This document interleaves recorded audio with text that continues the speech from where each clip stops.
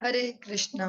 आज हम सभी श्रवण करेंगे श्रीमद् भागवतम के अंतर्गत पंचम स्कंद त्रयोदश अध्याय और 21वां श्लोक 21 नंबर श्लोक से आज हम सब प्रारंभ करेंगे।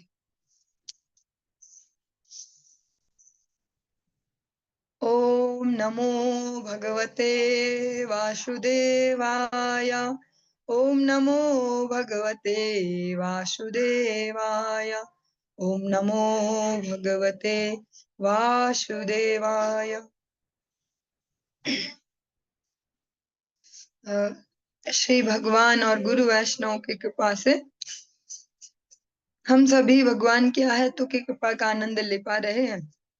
श्रीमद् भागवतम के आश्रय में प्रतिदिन गोते लगाते हैं। नष्ट प्राय अभद्रेषु नित्य भागवत सेवया।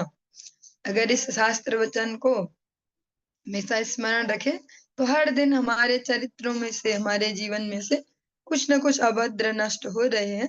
धीरे धीरे धीरे धीरे प्रतिदिन इतनी सूक्ष्म मात्रा में, भले वो उसी दिन विजिबल ना हो, लेकिन कुछ दिन में, कुछ समय में हम देखते जा रहे हैं अपने अपने जीवनों में सुधार, आत्म सुधार जो परम आवश्यक है। शास्त्र वचन सुनने से अगर जीवन में सुधार न आया तो फिर श्रम ही श्रम है। जिस प्रकार से जगत गुरु भक्ति सिद्धांत तो सरस्वती गोस्वामी ठाकुर प्रभुपाद कहते हैं, आप धाम यात्रा करते हैं और आपकी नाम में रुचि न हुई, गुरु वैष्णव सेवा में रति न हुई, तो फिर वो निराश श्रम ही श्रम है। धन भी व्यय हुआ और एनर्जी भी खपी, टाइम भी वेस्ट हुआ। इसी प्रकार से जब श्रीमद् भागवतम ग्रंथराज श्रीमद् भागवतम के आश्रय में हम सभी चल रहे हैं, जीवन के अभद्र नित्य नष्ट हो रहे हैं, हम भी भगवान को सपोर्ट करेंगे। भगवान तो झाड़ू लगा ही रहे हमारे जीवन में, थोड़ा थोड़ा हम भी सपोर्ट करते जाएंगे ठाकुर जी को, तो फिर सुंदर जीवन हो जाएंगे।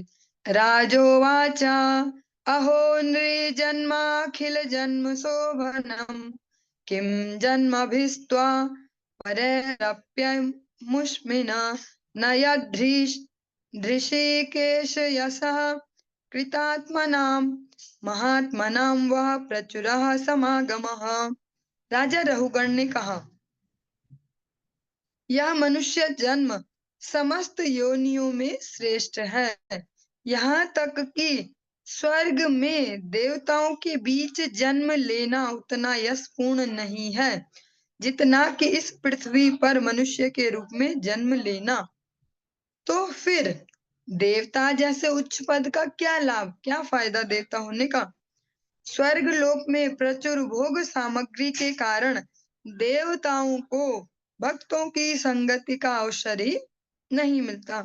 राजा रहुगण इस प्रकार से उनसे उपदेश ग्रहण करते हैं। फिर वो कहते हैं, चाहे इसको हम प्रश्न सूचक में ले लें कि जब मनुष्य सबसे श्रेष्ठ है,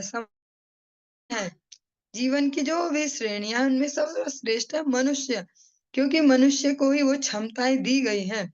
इसी जीवन में वो खुद को नीचे से नीचे अधम योनि तक भी ले जा सकता है खुद ही, और उत्तम गति को भगवत धाम तक को भी प्राप्त कर सकता है। इसी जीवन में बिना अतिशयोक्ति के भगवत धाम तक भी जा सकता है।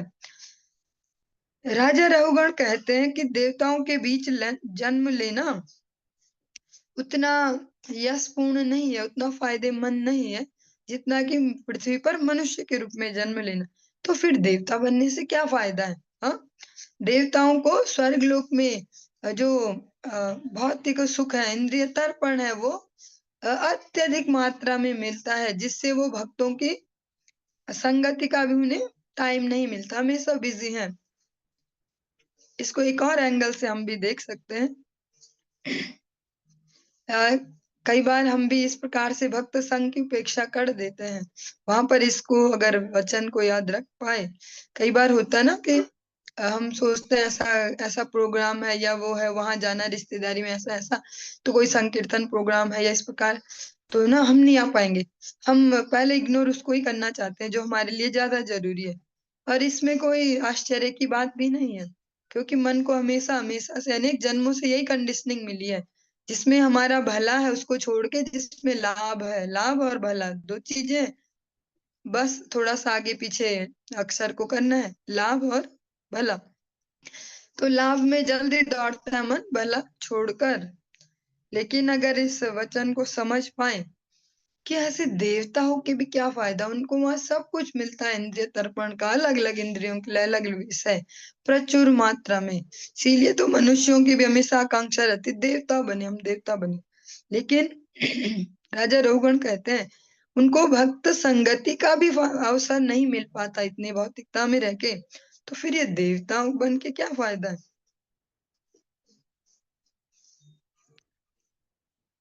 श्रीमद् भागवतम में ही आपने तृतीय स्कंध में श्रवण किया था, सताम प्रसंगान मम वीर्य संविदो भवन्ति हृत कर्ण रसायन कथा।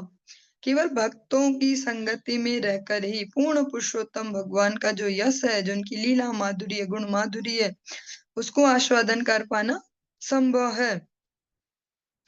जो भक्तों की संगति में नहीं जाता, मौका ढूंढ ढूंढ के जबरदस्ती जाना चाहिए, तभी जाके हमारे जीवन के अभद्र नष्ट होंगे। वरना हमें लगेगा मेहनत से भूसा कूटे, मेहनत से कूटे, चलो एक दिन कूटे, 2 दिन कूटे, कूटते ही जाए, भूसे को ढंग से कूटते जाए, कभी तो अनाज निकलेगा। लेकिन ऐसा नहीं होगा, थोड़ा थोड़ा अनाज भी हमें कूटते रहना पड़ेगा। वो अनाज है साधु संग, भक्त संग। भक्तों की संगति ही सबसे सरलतम सार है समस्त उपदेशों का। न यद्भुतम त्वच्चरणाब्जरेणुभिर्हतान् हसो हतान् हसो भक्तिरधोक्षजे अमला मुहूर्ति काद्यस्य समागमाच्च मे दुस्तर्कमूलो अपहतो अविवेकः। यह कोई विचित्र बात नहीं है कि केवल आपके चरण कमलों की धूल से धूसरित होने से मनुष्य तुरंत अधोक्षज की विशुद्ध भक्ति को प्राप्त होता है, जो ब्रह्मा जैसे महान देवताओं के लिए भी दुर्लभ है।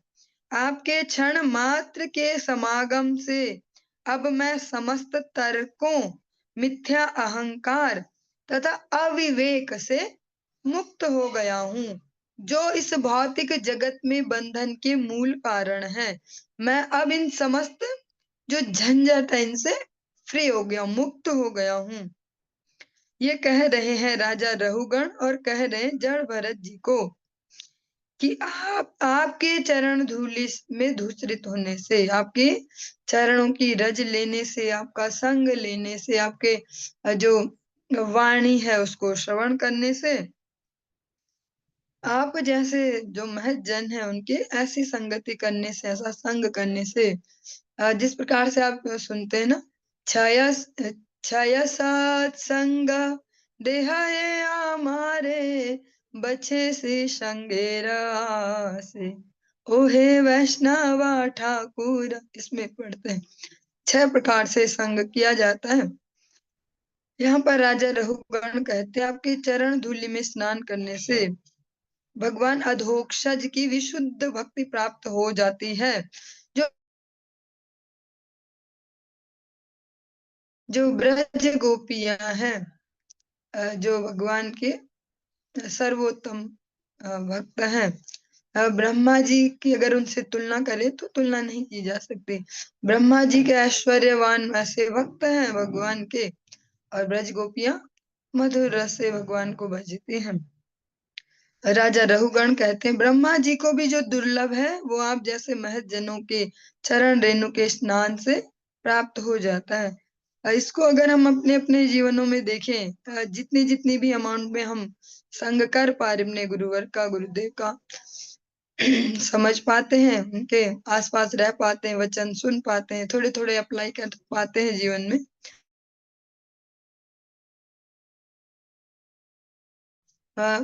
उतने जीवनों की चीखा चिल्ली कम होती जाएगी जितना हम उनके समझने का प्रयास करते जाएं। जो भी भक्त थोड़े से अपने भावों को स्थिर करके उनका इस भाव से संग करने का प्रयास करते हैं कि समझे इनके भाव को, फिर जीवनों में धीरे धीरे झंझट कम होते जाएंगे। जिस प्रकार से राजा रघुगण स्पष्ट यही वचन कहते हैं कि मेरे जीवन के जो भी झंझट उनसे मैं फ्री हो गया हूँ। और सबसे इम्पोर्टेंट जो प्रैक्टिकल वचन है, मैं समस्त तर्कों, जो तर्क जो होते हैं वो नष्ट हो जाते हैं। अधिकतर महज जनों के दर्शन से ही अधिकांश तर्क नष्ट हो जाते हैं, उनके आभा मंडल से ही, जो उनका भजन का प्रभाव है। मिथ्या अहंकार, जो फॉल्स ईगो जो जमा कर रखे हैं अलग अलग प्रकार के, मैं इतना ज्ञानी, मैं इतना धनी, या जैसे जैसे भी ले सकते हैं, अलग अलग प्रकार के अहंकार है इस जगत में। कोई शरीर का अहंकार है, कोई रंग का भी अहंकार है, शरीर का ऐसा रंग है, अलग अलग टाइप से ये सारे मिथ्या अहंकार। और अविवेक, जो विवेक शून्यता है वो भी नष्ट हो गई। राजा रघुगण कहते हैं तीनों समस्याएं, जो इतनी बड़ी समस्या है, जिनके कारण ही इस भौतिक जगत में सारे बंधन है, ये आपके चरण रेणु में स्नान करने से मैं इनसे फ्री हो गया हूँ। एक सुंदर से कीर्तन में कभी कभी आप श्रवण भी करते होंगे। वैष्णवेरा पादा धूले, ताहे मोर स्नान केले, तर्पण मोर वैष्णवेर नाम, धन मोर नित्यानंद, पति मोर गौरा चंद्र, प्राण मोर युगल किशोर। भक्तों के प्रत्यक्ष भी चरण धूलि लेने से हमारी अविद्या नष्ट होती है, और उनके पद चिन्हों पर चलने से, जिस प्रकार से वह हमें उपदेश करे उस पर चलने से जीवन के अभद्र नष्ट होते हैं। अधिकतर संपूर्ण जीवन भर मनुष्य यही नहीं जान पाता जीवन का लक्ष्य क्या है और जीवन को जीना कैसे है। जब हम महज जनों के अनुगत्य में आते हैं तो प्रैक्टिकली भौतिक जीवन को भी सही से जी पाते हैं। अपने बुद्धि के दम पे, अपने प्रयासों से भौतिक जीवन भी सही से नहीं चलता, क्योंकि हम जितना इसको ठीक करने का प्रयास करते जाएंगे, लेकिन है सत्य, जितना हम अपनी इस जड़ बुद्धि से जड़ संसार ठीक करने के लिए जो जो भी प्रयास करेंगे, देखेंगे रिजल्ट में ठीक उल्टा होते जाएगा, उतना वो खराब होते जाएगी वो परिस्थिति। तो जब हम महज जनों के चरणों की धूलि में स्नान करें, उनके वचनों पर चलेंगे, तो भौतिक जीवन में भी धैर्य से, स्थिरता से सही डिसीजन मेकिंग कर पाते हैं। नमो महदभ्यो अस्तु, नमः शिशुभ्यो, नमो युवभ्यो, नमः आवटुभ्यः, ये ब्राह्मणा गामवधूत लिंगास्, चरन्ति तेभ्यः शिवमस्तु राज्ञाम्। जो राजा रघुगण है, जो अभी तक अपने इतने मिथ्या अहंकार में थे कि मैं राजा, मैं इस प्रकार से, और जो इतना कुछ सुनाते हैं तानों के रूप में, जड़ भरत जी को अब उनसे उपदेश प्राप्त करके बुद्धि सारी स्थिर हो गई और सारा कलमश धुल गया, सारा जड़ अहंकार दूर हो गया। तो अब वो इस प्रकार से विनीत भाव से प्रणाम करते हैं। मैं उन महापुरुषों को नमस्कार करता हूँ जो इस धरातल पर शिशु, तरुण बालक, अवधूत या महान ब्राह्मण के रूप में विचरण करते हैं। तो मैं उन महत जनों को प्रणाम करता हूँ, चाहे वो एक शिशु के रूप में हो अभी, चाहे वो तरुण बालक के रूप में हो अभी, जैसे 14-15 साल, 13-14 ऐसे उस रूप में हो, या अवधूत हो जैसे आप हैं अभी अवधूत वेश में इस प्रकार से घूम रहे, या महान ब्राह्मण के रूप में विचरण करते हैं। जो ब्रह्म जानाति इति ब्राह्मणा, हमेशा जब भी हम इस शब्द को सुने तो हमें इसको कोई पूर्वाग्रह से नहीं समझना है, इसको शास्त्रों के ही अनुकूलता से समझना है। ब्रह्म जानाति इति ब्राह्मण, जो ब्रह्म में निष्ठ है ऐसे महज जन, आप अलग अलग जगह सुन रहे हैं, अलग अलग महज जनों को ब्राह्मण शब्द कहा जा रहा है वहां पे, जिनका भगवत भक्ति में अधिकार है उनको। यदि वे विभिन्न वेशों में छिपे हुए हैं तो भी मैं उन सब,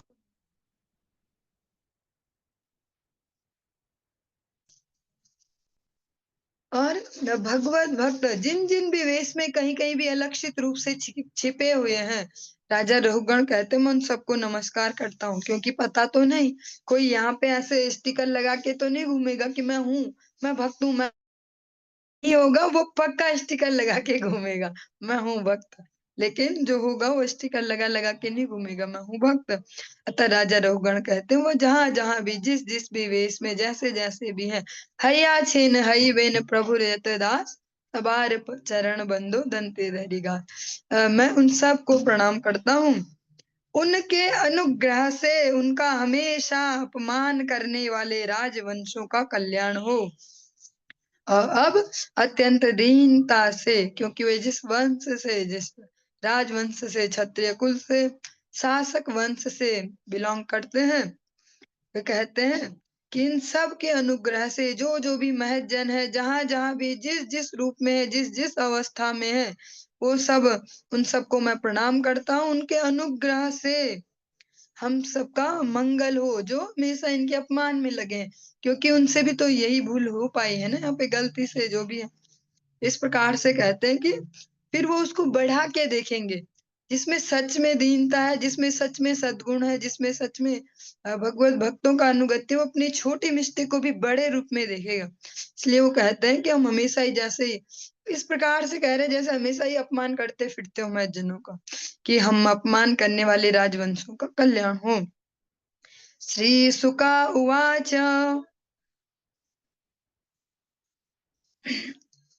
इत्येवमुत्तरा मातः स वै ब्रह्मर्षिसुतः सिन्धुपतया आत्मसतत्वं विगणयतः परानुभावः परमकारुणिक तयोपदिश्य रहुगणेन सकरुणमभिवन्दित चरण आपूर्णार्णव इव निवृत्त कर्णोर्म्याशयो धरणीमिमां विचचार। श्रील सुखदेव गोस्वामी ने आगे कहा, हे राजन, हे माता उत्तरा के पुत्र परीक्षित महाराज को कह रहे हैं, राजा रहुगण द्वारा अपनी पालकी ढोए जाने के लिए बाध्य किए जाने से अपमानित होकर जड़ भरत के मन में असंतोष की कुछ कुछ लहरें थी। ऐसा तो नहीं है कि बहुत ज्यादा गुस्सा हो गए, पर फिर भी थोड़ा सा तो हो गई ना ऐसे। किंतु उन्होंने इसकी उपेक्षा की और उनका हृदय पुनः सागर के समान शांत हो गया। यद्यपि राजा रहुगण ने उनका अपमान किया,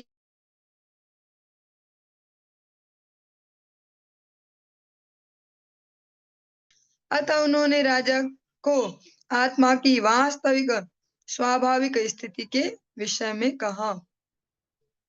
तब तब वे अपमान भूल गए, क्योंकि राजा रहुगण ने विनीत भाव से उनके चरण कमलों पर क्षमा मांग ली थी। इसके उपरांत वे पुनः पूर्ववत संपूर्ण विश्व का भ्रमण करने लगे।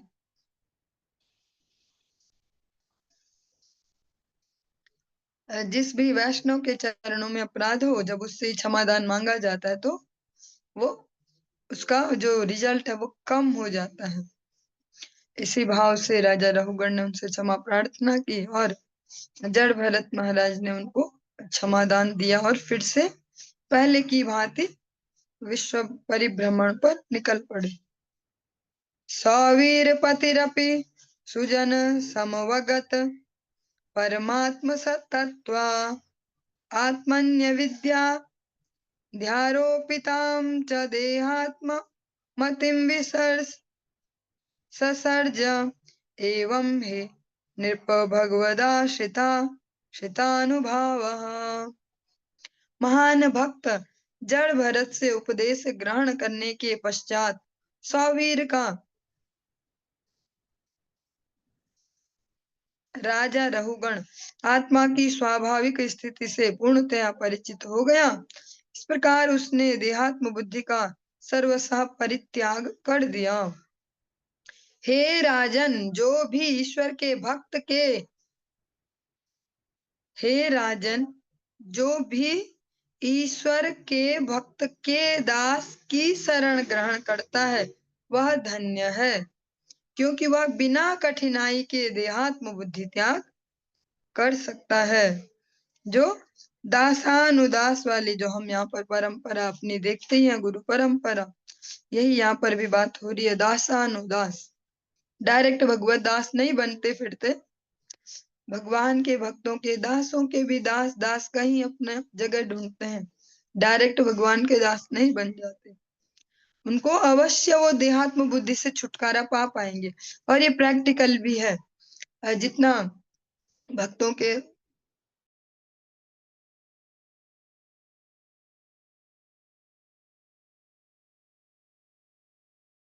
वो एप्लीकेबल फॉर्मूलाज यूज करते जाएंगे जीवन में, रिजल्ट भी देखेंगे फिर जीवन में। राजोवाच यो हवा इह बहुविधा महाभागवत्वया भीतः परोक्षेण वचसा जीवलोक भवाध्वा स यार्यमनीषया कल्पित विषयो नाजसा व्युत्पन्न लोक समधिगमः अथ तदेवैत द्युरवगमं समवेतानुकल्पेन निर्दिश्य तामिति। तब राजा परीक्षित ने श्रील सुखदेव गोस्वामी से कहा, हे स्वामी, हे महान भक्त साधु, आप सर्वज्ञाता हैं। आपने जंगल के वणिक के रूप में बद्ध जीव की स्थिति का अत्यंत मनोहर वर्णन किया है। अब हम अच्छे से श्रवण करेंगे। राजा परीक्षित जो है वो भी तो ये सब कुछ श्रवण कर रहे हैं ना। हम सुन रहे थे कि रघुगण जी को उपदेश मिल रहा है, लेकिन ये सब सुना रहे हैं सुखदेव गोस्वामी राजा परीक्षित को, सूत गोस्वामी, सौनकादि ऋषियों को। तो अब परीक्षित जी जो श्रवण कर रहे हैं, अब वो कहते हैं, हे स्वामी, हे महान भक्त साधु, आप सर्वज्ञाता हैं। आपने जंगल के वणिक के रूप में बद्ध जीव की स्थिति का अत्यंत मनोहर वर्णन किया है। इन उपदेशों से कोई भी बुद्धिमान मनुष्य समझ सकता है कि देहात्म बुद्धि वाले पुरुष की इंद्रियां उस जंगल में चोर उचक्कों सी हैं और उसकी पत्नी तथा बच्चे सियार तथा अन्य हिंसक पशुओं के तुल्य हैं। किंतु अल्प ज्ञानियों के लिए इस आख्यान को समझ पाना सरल नहीं है, क्योंकि इस रूपक का यथार्थ अर्थ निकाल पाना कठिन है। अतः मैं आपसे प्रार्थना करता हूँ कि इसका अर्थ स्पष्ट करके बताएं। जो परीक्षित महाराज हैं वो शायद अच्छे से जानते थे कि हम सब भी सुनेंगे। परीक्षित महाराज बहुत ही प्रैक्टिकल क्रॉस क्वेश्चनिंग भी कर रहे हैं बीच बीच में जहाँ जरूरत है।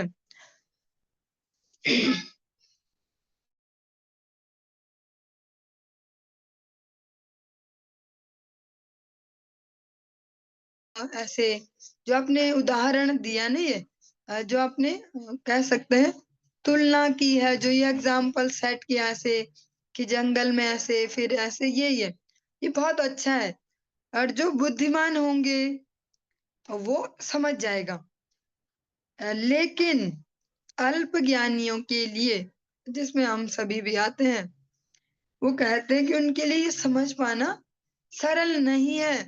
क्योंकि ऐसा हम सामान्यतः भी तो देखते हैं, कुछ लोगों का नेचर होता है ऐसे घुमा के बातें करना, और कई बार सामने वालों का वैसा नेचर नहीं है कि उनको ऐसे समझ में आ पाए, तो बोलेंगे घुमा घुमा के क्या बोलते हो, सीधे सीधे बोलो, ऐसे समझ में नहीं आती। तो इसी प्रकार से महाराज परीक्षित कह रहे हैं, कुछ लोग समझ जाएंगे ठीक है, पर कुछ लोग ऐसे भी होंगे जिनको समझ में ही नहीं आएगा। जंगल बोल रहे हैं ऐसे, अच्छा घर वाले इनके लुटेरे हैं, फिर ये क्या क्या बोल रहे हैं।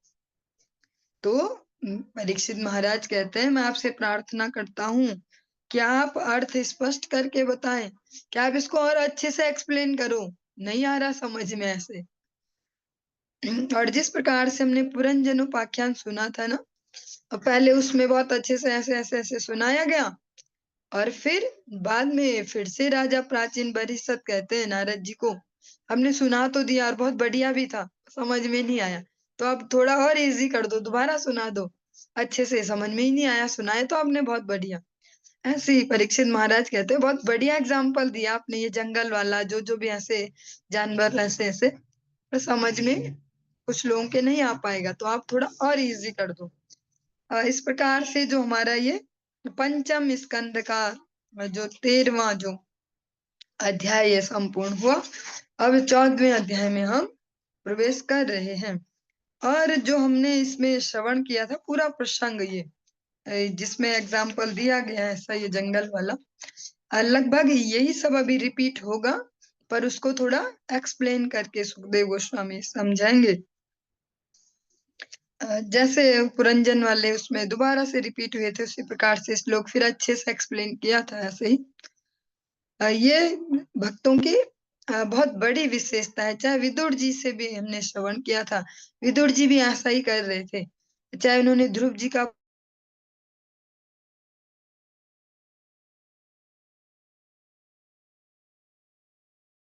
ये थोड़ा और सरल कर दो, समझ में नहीं आया, और ये कहना आवश्यक है। अगर कहीं पर कोई प्रसंग है नहीं समझ में आता तो हमें पूछना चाहिए, और प्रयास कर सकते हैं। जो बताने वाले हैं वो भी अपना यथा योग्य प्रयास करेंगे, जैसा भगवान ने क्षमता दी हो। अगर हम ठीक से समझेंगे नहीं और हाँ हाँ कर देंगे तो फिर वो सब उड़ जाएगा। सहोवाच स एष देहात्ममानिनां सत्त्वादि गुण विशेष विकल्पित कुशला कुशल समवहार विनिर्मित विविध देहावली भिर्वियोग संयोगाद्य नादि संसारानुभवस्य द्वारभूत भूतेन षडिन्द्रिय वर्गेण तस्मिन् दुर्गाध्वा वद सुगमे अध्वन्यापतित ईश्वरस्य भगवतो विष्णोर्वशवर्तिन्या मायया जीवलोकोऽयं यथा वणिक्षार्थो अर्थपरः स्वदेह निष्पादित कर्मानुभवः शमशानवद शिवतमायां संसाराटव्यां गतो नाद्यापि विफल बहु प्रतियोगे हस्तत्थापोपशमनीम् हरिगुरु चरणारविंद मधुकरानु पदवी अवरुंधे। जो ये प्रसंग हम सुन रहे हैं ये श्लोक वाली फॉर्म में नहीं है कि 2 लाइन और 4 लाइन, ये थोड़े स्टैंजा वाले फॉर्म में। राजा परीक्षित ने जब श्रील सुखदेव गोस्वामी से भौतिक वन का अर्थ स्पष्ट करने के लिए कहा, जब उन्होंने कहा कि ठीक से समझा दो ये, तो श्रील सुखदेव गोस्वामी ने इस प्रकार उत्तर दिया। हरि बोल। हे राजन, वणिक की रुचि सदैव धन उपार्जन के प्रति रहती है। जो वणिक वर्ग में जिसको जन्म मिला है या जिसका स्वभावतः जो वणिक है, तो दोनों एंगल से देख सकते हैं। जैसा हम कहते हैं ना कि एक बिजनेस वाली फैमिली में, वणिक फैमिली में जिसका जन्म हुआ उसको तो बाई बर्थ आता है बिजनेस करना। ऐसा ऐसा अपवाद भी हो सकता है कि ना हो। कई बार ऐसा भी अपवाद देखते हैं कि किसी और वर्ण में जन्म मिला लेकिन वणिक बुद्धि है, आता है उन्हें बिजनेस करना। तो यहीं पर यहाँ पर यही बात की जा रही है। जो वणिक है उसका दिमाग और उसकी रुचि जो इंटरेस्ट हमेशा धन इकट्ठा करने में, धन कहाँ से मिलेगा कैसे मिलेगा ऐसे ही लगा रहता है। कभी कभी वह लकड़ी तथा मिट्टी जैसी कुछ अल्प मूल्य की वस्तुएं प्राप्त करने और उन्हें ले जाकर नगर में अच्छे मूल्य में विक्रय करने की आकांक्षा से उनमें प्रवेश करता है। और कभी कभी वो सोचता है कि भैया लकड़ी मिट्टी ऐसे तो फ्री ऑफ कॉस्ट मिल रही है जंगल में, अगर इनको ले ले और बेच दे बाजार में कुछ दिमाग चला के बातें बना के तो बहुत फायदा हो जाएगा। ऐसा सोच के वो जंगल में प्रवेश करता है। इसी प्रकार बद्ध जीव लोभ वश कुछ भौतिक सुख कामना की इच्छा से इस भौतिक जगत में प्रवेश करता है। धीरे धीरे वह वन के सघन भाग में प्रवेश करता है और वह यह नहीं जानता कि बाहर कैसे निकले। इस भौतिक जगत में प्रवेश करके शुद्ध जीव सांसारिकता में बंध जाता है। जो भगवान श्री विष्णु के नियंत्रण में उनकी बहिरंगी शक्ति जो माया देवी हैं, जो दुर्गा देवी जिनको स्पष्ट हम कहते हैं, वो उत्पन्न करती हैं। इस प्रकार जीवात्मा बहिरंगी शक्ति देवी माया के वशीभूत हो जाता है। स्वतंत्र होने तथा वन में भटकने के कारण वह श्री भगवान की सेवा में सदैव तत्पर रहने वाले भक्तों का संग प्राप्त नहीं कर पाता।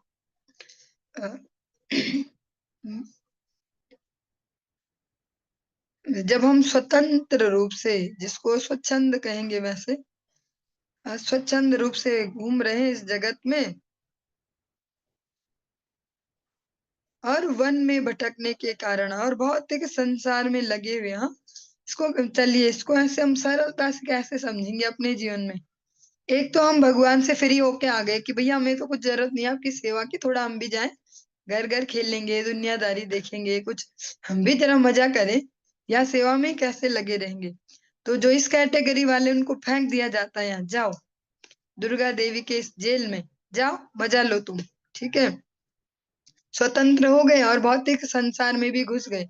कैसे घुस गए? अब तो बचपन से ही घुस गए, ऐसा नहीं कि ग्रस्त में ही घुसे तभी घुसे, बचपन से ही घुस से हमने अपने स्वरूप को कुछ और मान लिया और उसी प्रकार से सब जगह भटक रहे हैं। इसकी वजह से वह भगवान की सेवा में सदैव तत्पर रहने वाले भक्तों का संग प्राप्त नहीं कर पाता। क्योंकि बचपन में तो बोलेंगे ना, पढ़ाई ज्यादा इंपॉर्टेंट है भैया, क्या यहाँ कहाँ लगे हुए हैं, यहाँ बाबा जी लोगों की संगत में ऐसे ऐसे, कहाँ भगवान का नाम, ये कीर्तन ऐसा, पढ़ाई करो, बस पढ़ाई करो, पढ़ाई करो, भले ही वो कर न रहा हो, जो भी करे।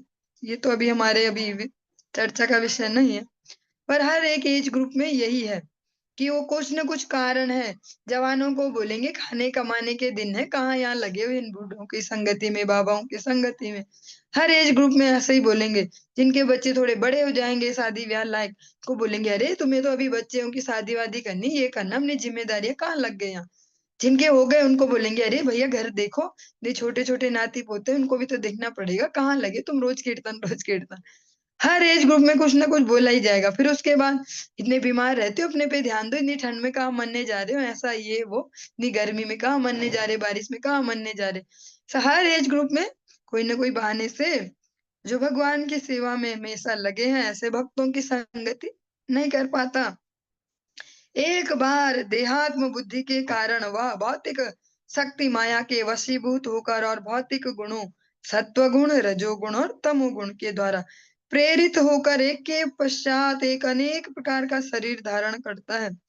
इसमें डायरेक्ट केवल एक मनुष्य की बात नहीं हो रही है, जीवात्मा की बात हो रही है, जो अलग अलग कर्म फलों से अलग अलग शरीरों में जाते जा रहा है। हाँ, जैसी जैसी उसकी रुचि हुई उसके हिसाब से शरीर दे दिया। भगवान तो बस देख रहे हैं कि कहाँ इसकी मति है, जा वहीं जा, ये वाली फिर उसी शरीर में जा, तुम अपने छक कर लो खुद को बस। लेकिन ये अलग बात है कि इससे कोई कभी छक नहीं हो सकता। इस प्रकार बद्ध जीव कभी स्वर्ग लोक तो कभी भूलोक, कभी पाताल लोक तथा निम्न योनियों में प्रवेश करता है। इस प्रकार अनेक देहों के कारण वह निरंतर कष्ट सहन करता है। ये कष्ट तथा पीड़ाएं कभी कभी मिश्रित रहती हैं, कभी ये असह्य होती है, कभी नहीं। जो जो ये परेशानियां कभी तो ऐसी होती है कि अब बस का ही नहीं है झेलना, कभी कभी ऐसी होती है कि ठीक है। ये शारीरिक दशाएं बद्ध जीव को मनोकल्पना के कारण प्राप्त होती हैं। वह अपने मन तथा पंचेंद्रियों का उपयोग ज्ञान प्राप्ति के लिए करता है और इन्हीं से विभिन्न देहें तथा विभिन्न दशाएं प्राप्त होती हैं। बहिरंगी शक्ति माया के नियंत्रण में इन इंद्रियों का उपभोग करके जीव को भौतिक अस्तित्व की कष्टदायक स्थितियों का दुख उठाना पड़ता है। वह वास्तव में छुटकारा पाने की खोज में रहता है। हर एज ग्रुप को छुटकारा ही चाहिए। हाँ, जो जिस परिस्थिति में वो सोच रहा है इससे छुटकारा मिल जाए, किंतु सामान्य रूप से वह भटकता है। यद्यपि कभी कभी अत्यंत कठिनाई के पश्चात उसे छुटकारा मिल जाता है। इस प्रकार अस्तित्व के लिए संघर्षशील रहने के कारण उसे भगवान श्री विष्णु के चरणार बिंदुओं में भ्रमरों के सदृश प्रेममयी सेवा में अनुरक्त भक्तों की शरण नहीं मिल पाती है। जो जो भी हमने इतना लंबा चौड़ा सुना, सार तत्व तो इतना है, अनेक अनेक जन्मों से अपने अनेक अनेक कर्म फलों को, अपनी अनेक अनेक जो इच्छाएं यहाँ पालते जा रहे हैं, मुंह में नहीं बोल रहे हैं, यहाँ तो पाले रहे, उनकी वजह से अलग अलग शरीरों में घूमते घूमते घूमते घूमते बस भटक ही रहे हैं और यही सोच रहे बस छुटकारा मिले। लेकिन इस प्रकार के संघर्ष में जो मेन उसके लिए जो आवश्यक है, उससे वो उसे नहीं मिल पाता। वो क्या है? भगवान श्री विष्णु के चरणार बिंदु में जो जैसे फूलों में भौरे लगे रहते हैं ना, ऐसे भगवान के चरणों में भक्त लगे रहते हैं। प्रेममयी सेवा में अनुरक्त भक्तों की शरण नहीं मिल पाती।